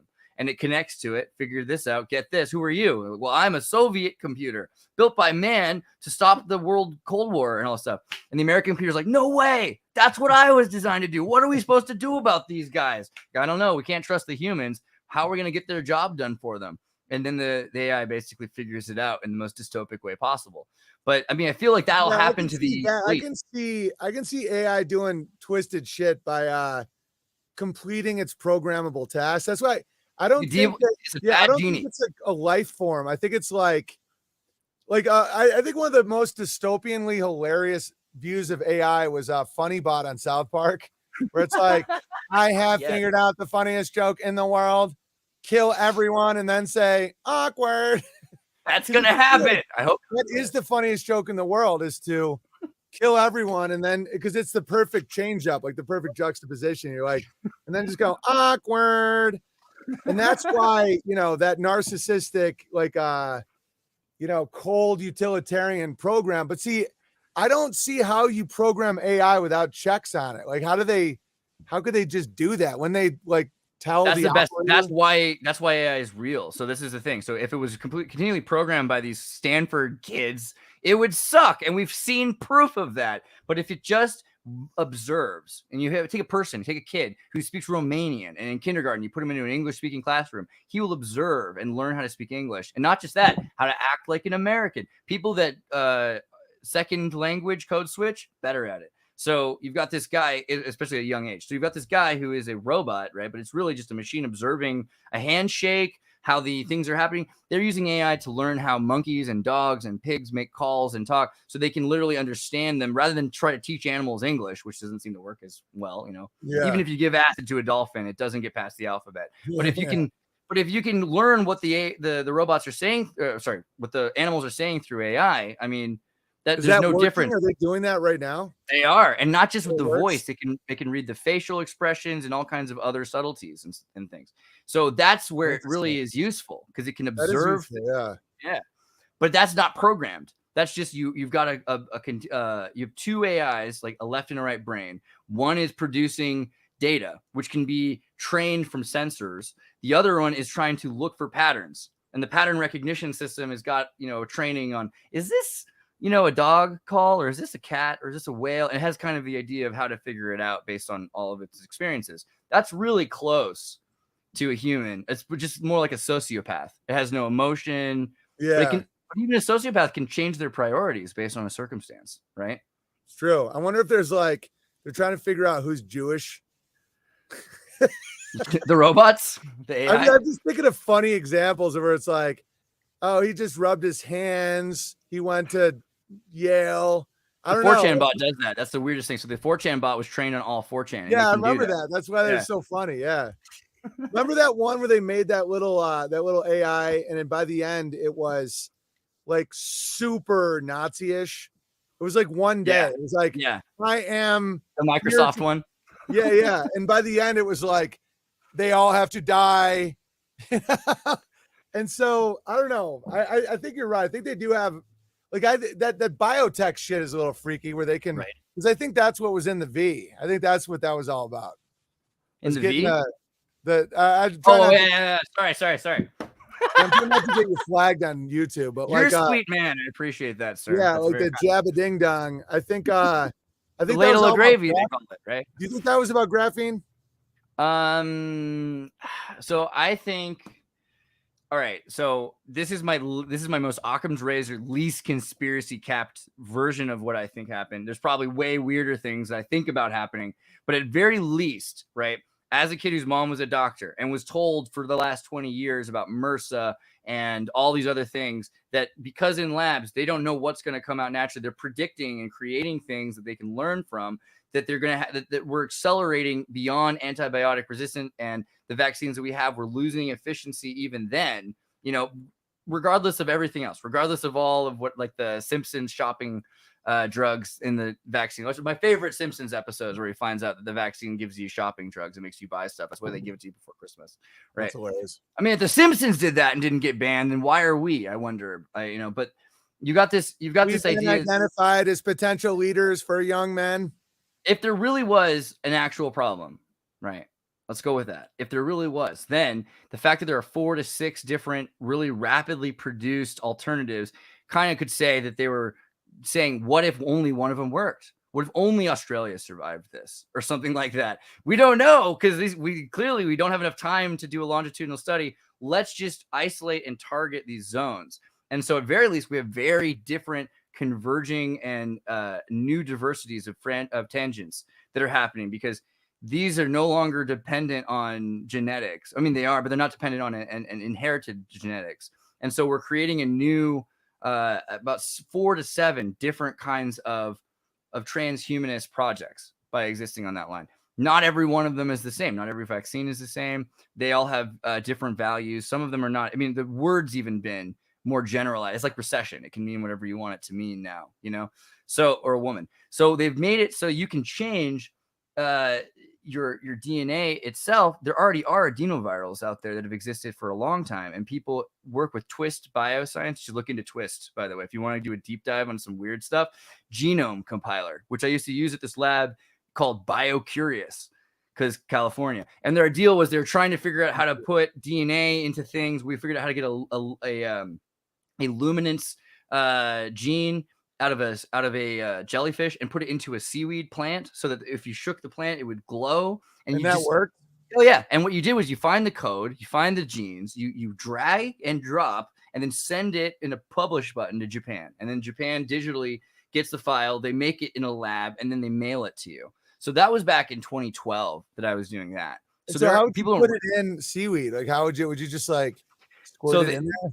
no, so what you so what happens is the actual you have a needle essentially, and you have a shredded amount of substrate, and it starts in a very small amount of substrate, and you have it under above a infrared light, like a UV or red light, usually like I think it was a black light at the time, but then you have a red light above later on, and you switch back and forth, and some heat process forces it to grow, and there's only certain things that can work, and so it either will strive to survive, like we'll find a way, or it won't, and so most times it doesn't work. But if it does, then you can save that and you can continue it on, and you can reset the craziest DNA thing they've done, like legit, not just like sci-fi. Like do you think they've mixed some shit that's crazy? Oh, yeah. I mean, so sci-fi is a weird concept because most everything that's been in sci-fi is just disclosed CIA stuff from 20 years earlier that actually did happen. Like I remember in 2012 to 2013, they were doing pigs that glowed in the dark that had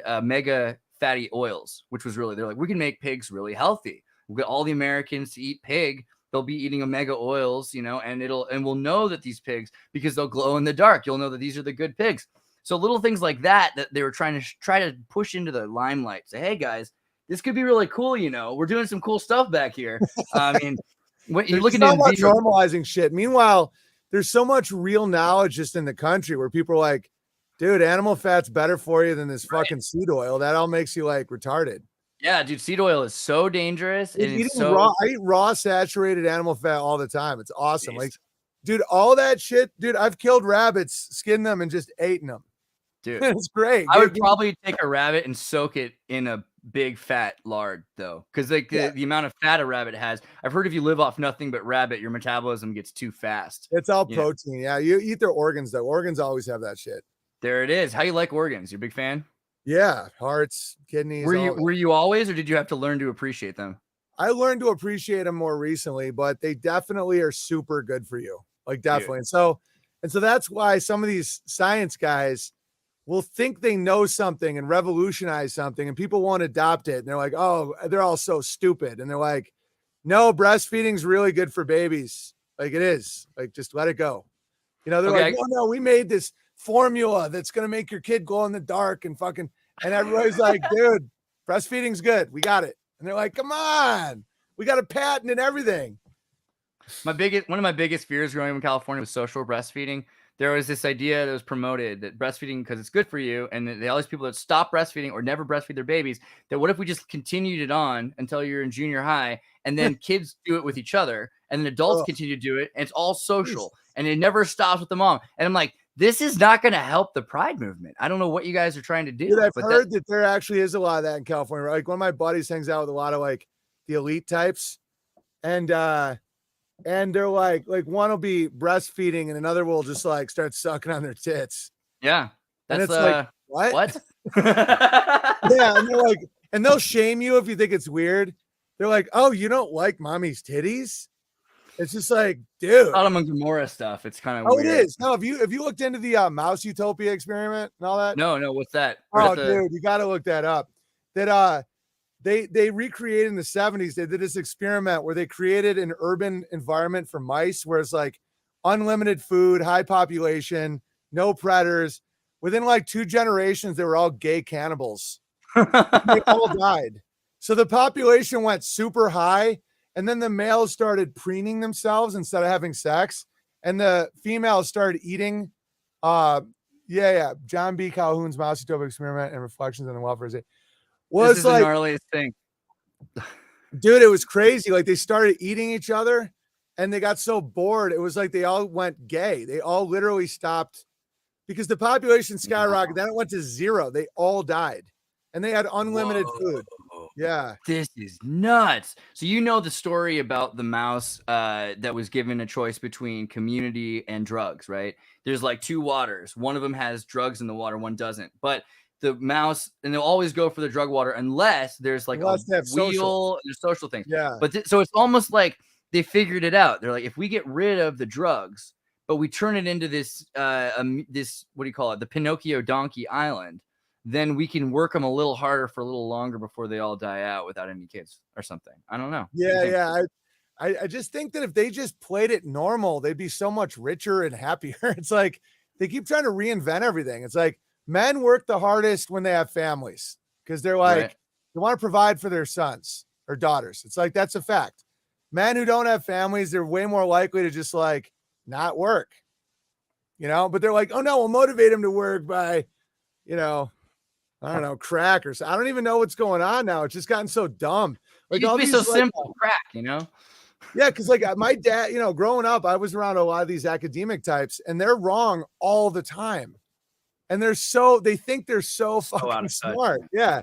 And they just are wrong. Like the Club of Rome and all them, they said that we'd be out of metal by the year 2000. They're like, there'd be no more copper in the world. Dude, people are sending me copper right now to spell a certain word. Like, I get copper all the time. Dude, people make me knives and shit. Nietzsche. You gotta be careful with Nietzscheism. It's a serious concept. The N word you can't say Nietzsche. Well, I know Nietzsche. Only Nietzscheans can say Nietzsche. It's their word. That's Nietzsche. Yeah. Nietzsche. All right. Well, if you have a dystopic terror, I'm gonna set the stage for you. The preamble. So let's hear it. You got Klaus Schwab. You got Alex Soros. He's a younger, sexier Soros. And they're trying really hard to. Judge Dredd movie. They want everyone in these 7 super mega cities, and there's 7 continents, 7 mega cities. Everyone will be inside. The city is just a giant 100 square miles or whatever it has to be, up into the sky. They want to lock everyone in the buildings and let these GMO pandas and bison and mammoths run free and just smash all the suburban houses and farms. Right. So what are we going to, and then there's the AI. How would they get people in that though? Like, how would they do that? Well, that's my question. So maybe 90% of people, maybe 50% of people, they're going to think it's a good thing, right? It seems like half of the population. See that. The other half, what are we going to do? What are we going to do? Just not go and live. Like, I think, I really do. I think that everything's consensual. I mean, I think even genocide's consensual. I know that sounds really offensive to a lot of people, but it's weird. It's weird seeing people comply to their own death, where they're just like, it's almost like sometimes there's this call, like, does anyone want to die? And people are like, yeah, I don't want to be here anymore. And they're like, okay, here's the script. I think a lot of wars like that, like World War I and shit. I think it's like, okay, run into that like machine gun it's like, for God and country, son.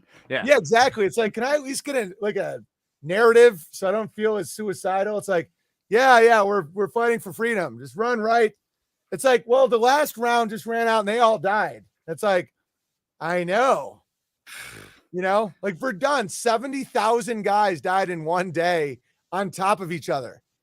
And so that's happening all the time. I think that people are just given offers like, hey, you want to give up your free will? Free will sucks, right? Free will is hard. You don't know. I used to do a bit where I'm like, the best part about being in a cult would be not having to think about what you wear every day. You're like, the robe. Because you always wear the same thing. You don't even have to think about it.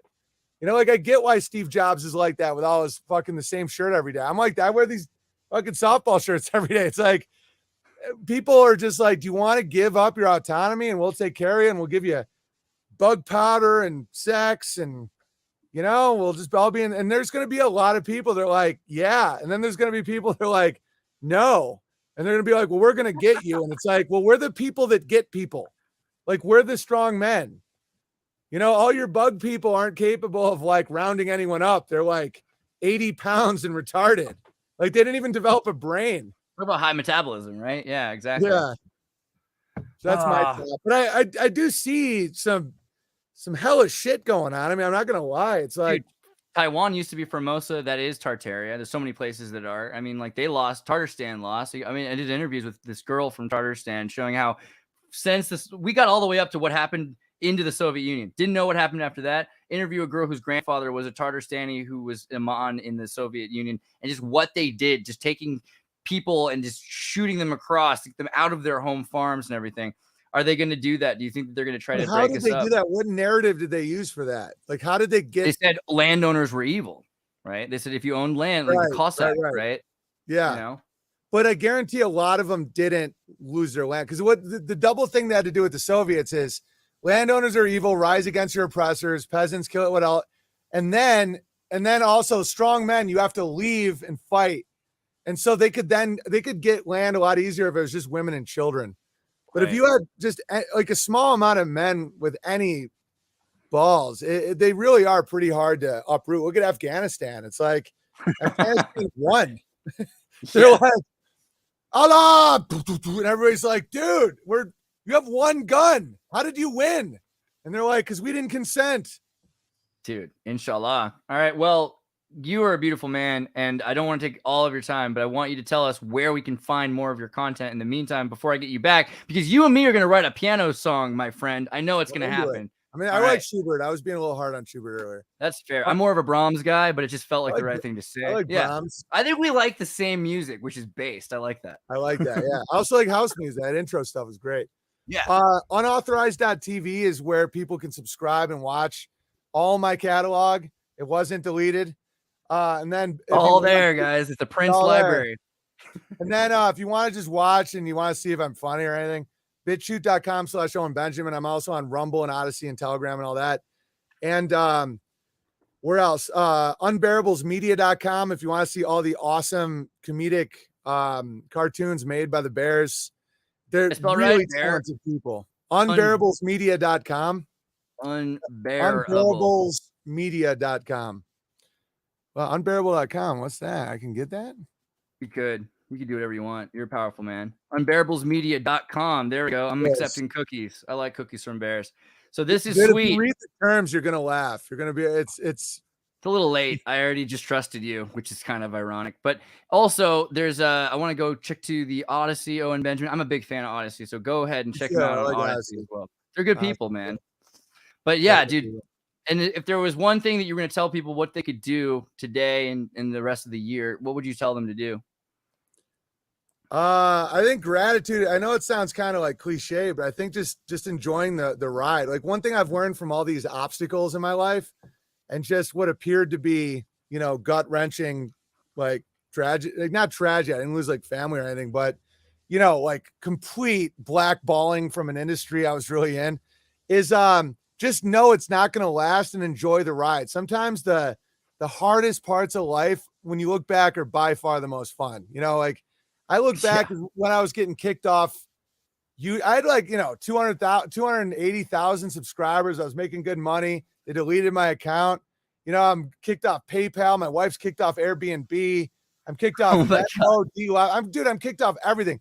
There's this like planned. That's why I'm like a quote unquote conspiracy theorist, because there's no other explanation. You've been blackballed by the lodge. Yeah. What do you want? Yeah. And so looking back, that was some of the best times of my fucking life. Like I look back at like the support we had and how it was scary, but we won. And I'm like, fuck yeah. And so no matter what someone's going through right now, if you have the right attitude, you will look back at extreme triumph. You're going to be like, that was a blast. And then you almost miss it. Like there's some groups that I've seen that I can tell they almost miss oppression. So they like fake it because they're like, they miss being the underdog. They miss being like, like being attacked because they felt really alive. So they almost like pretend they're underdogs. It's weird. So that's why they know. Yeah. Yeah, it really is. It's like Red Sox fans. Like when they won the World Series, they still fucking burned their city down. They didn't know how to win. They're like, fuck the Yankees. And everyone's like, dude, you just beat the Yankees. They're like, doesn't matter. Who am I? So yeah, enjoy the ride, and be grateful and, and really look at how to be more self-sufficient is good advice. Right. Well, yeah. Thanks for having me. Good time. Oh my God. OwenBenjamin.com too, if you want to just see all my links and everything. Oh, wait. I didn't even think you had it. I thought they would have taken that first, Benjamin. No, I've had zero issues with anything I've built. It's fascinating. That is that is a weird truth there that we've just discovered. And I've had no governmental issues either outside of the zoning, but it's been kind of funny. Wow. Yeah, I think that's a big truth I learned is that if you build something, and I honestly don't mind being censored off platforms I didn't build. I still I value YouTube. I listen to it every day. I look up shit on it. It's helpful. Like I'm grateful for YouTube. I swear to God. It's like, I'm glad I got kicked off Twitter looking back because now it's just such a dumpster pump. It's like a Greyhound bus station where everyone's like, you're the devil. And I'm like, because I loved Twitter before I got kicked off because I'm like made for those short, rhetorical, humorous tweets. And looking back, I'm like, I don't want to be in that party anyway. It looks stupid. It's a lot of screaming and nothingness. It's kind of the real, and Twitter, no one can hear you scream kind of And thing. a lot of porn too, like tons. Yeah. So like, oh my God, you're immoral. Anyway, so if you want to see like a chick bang like 5 guys for drug money, a chick with a penis. And that's the best part. You can watch trans porn, but you can't critique it. It's fascinating. It's a weird world that we live in. Well, how long do you think this is going to last? All right, last thing is, do you think it's going to flip up? See, I'm a big fan of the pendulum theory. Yeah. Me too. Yeah. So is the pendulum going to swing to like a twisted? Yeah. Where's it going? So yeah, that's a great question. And I think that, you think about a pendulum, guys, it swings, back, it swings forth. But if you pull it too far, it'll swing too far back. And I think that this has happened before. There might have been, you look at the worst moments that we can believe in, at least about history. And it's extreme despotism after moments of freedom. The Puritans are right after being in Amsterdam and Lytle, where Spinoza was allowed to question God, not a normal thing at the time. So there's an extreme swinging. And I think it's a scary thing because I'm a big fan of that South Park level where we just got to the perfect point, really, where you could have a cartoon about Muhammad and people could talk about things. And there was, I'm a big fan of free speech for that purpose. And I think people being hurt might be a cost, an individual being hurt might be a cost of the people bettering themselves, right? But we might over jump it. And I think that's what they tried to do during South Park. They're like, oh, no, this is too far. We're going to have to go. But that led it to where we are now, which is too far. So I'm a little scared. Yeah, I know it's I encourage people not to go too far because I know that no, it's true. I'm perceived as this extreme guy, but I'm actually not. I just haven't changed that much. I'm like, yeah, I make fun of Jews and blacks and whites and whatever. I'm like, that's me. This is my culture. But I tell people all the time, don't blame your problems on a demographic. Like, don't be like, you can analyze secret societies and all this stuff, but in the end of the day, it's all consensual. You take the loan, you watch the porn. If you blame the drug dealer for your addiction, you're almost idolizing them as a god. And so one rhetoric I try to use is don't turn a pride parade into a wrath parade, where it's like, so you have these sins. So you have pride and lust and vanity and all that. So if you're so mad at LGBT, because I'm seeing this like, this blowback is violent. It's going to be like big. Yeah. And I'm telling people like, you didn't earn that, so if they're parading their pride and their lust, don't parade your bloodlust and your wrath, because like, there's a lot of innocent people right now. Because the way I see it is like, we have to change culture so that if someone's doing shit like that, it's way out of the realm of normal. And then you can possibly make it illegal. But right now, there's a lot of innocent people that were raised in a certain way that think they're doing something good. And until we build an alternative or raise better kids, then you really don't have a right to just hurt people. And so it's so funny. It's so funny what I've been called, when I guarantee at some point I will go back to being viewed as a liberal by not changing, where I'm like, oh no, I love making fun of everybody, wheelchair guys, all this stuff, trans stuff is weird, but you don't get to just like hang them, it's like, oh, well, how dare you? Like, you're not willing to like get based. I'm like, no, because I know people like you. You're the type of guy that like, well, you're executing gay guys. You like are sucking each other's dicks to blow off steam. I'm like, you have your own sin. Like, I know people like that. They're always full of shit. If you're always fantasizing about what you're going to do to other people, you're almost like, it's like the abyss is looking back at you. Like, you're becoming that. Yeah. It's like, because I used to fantasize about killing pedophiles, and it's like, and then I stopped because I'm like, why am I thinking about this? Like, now I'm sick. Yeah. I was doing a bit about that where it's like, well, what do you want to do to a pedo? And people are like, I chop his dick off. And I'm like, so now you're a guy chopping dicks. Like, you're weird now. Yeah. They give you the excuse to go beyond what your love is, because you have love for everybody, but they give you an excuse. Like, I can be angry here because they deserve it. Isn't that exactly what the liberals did to the Trump administration? Yeah. And it's what happened to LGBT. It's like, oh, you got a little lust in your heart? Well, you can go fuck in the middle of the street, and they're like, yeah.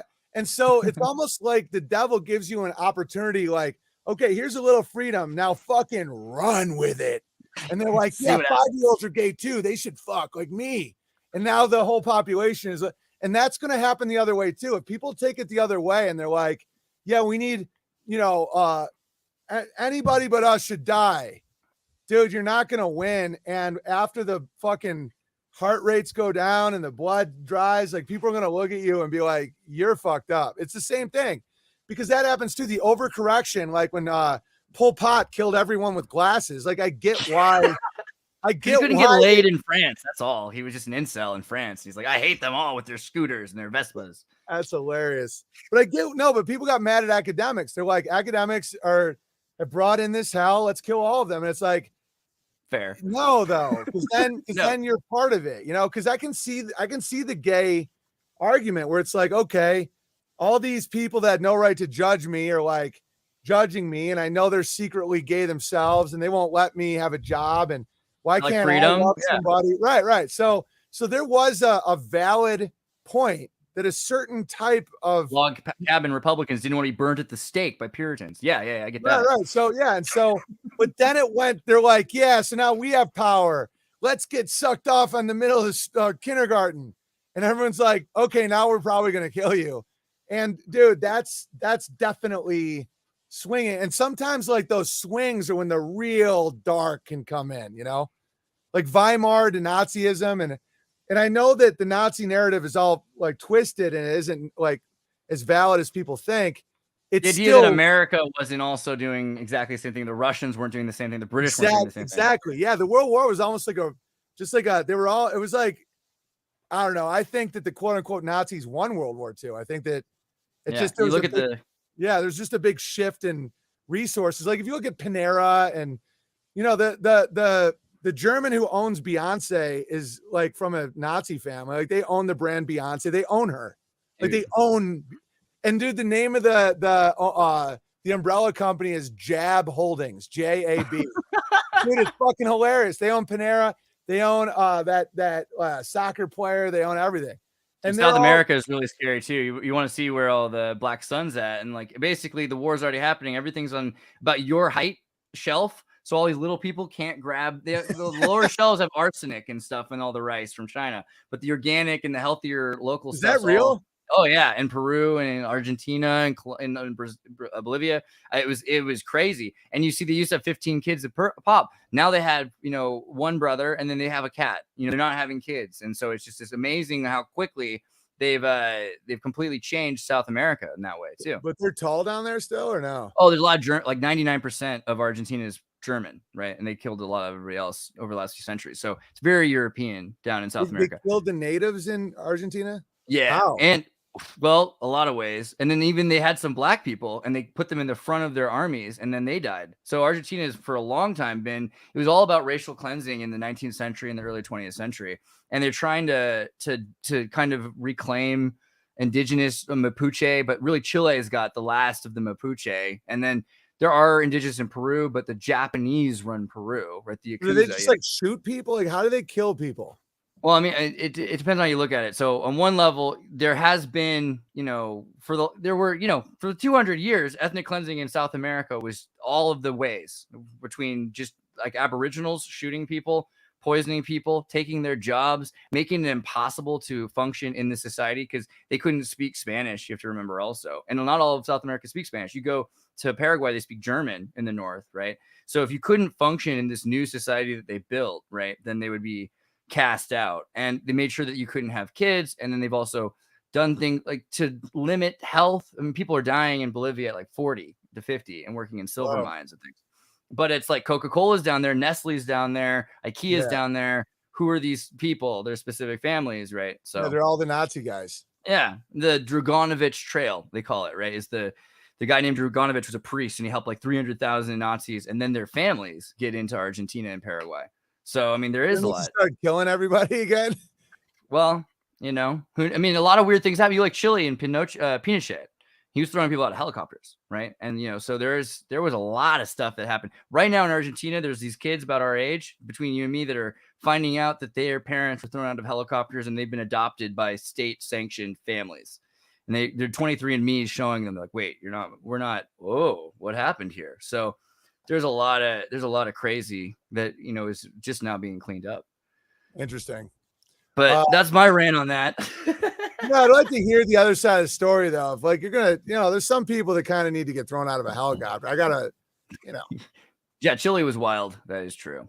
But hey, we'll do that on your channel sometime. And God, if this video does, for the love of God, if you can't find on YouTube or me for a week, you can find on Odyssey. We didn't hit any of the topics, so we're good. I think we're alive and well. Yeah. But dude, I love you. I love you that you came to talk. You're a brilliant man and you're helping people. So don't go changing. Thanks so much. I won't go chasing waterfalls either. All right, peace, brother.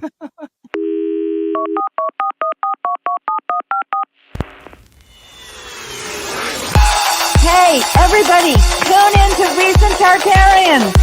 Recent Tartarians. Recent Tartarians.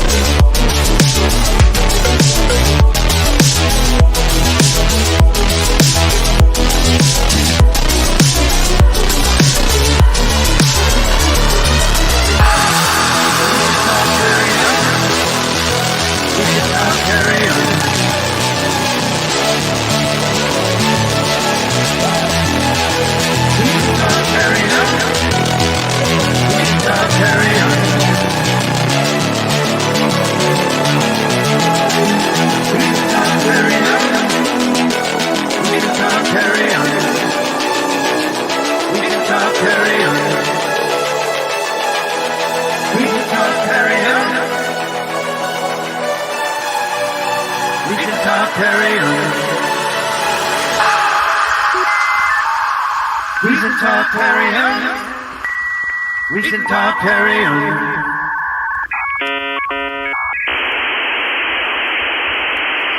Hey, everybody, tune in to Recent Tartarians. Recent Tartarians.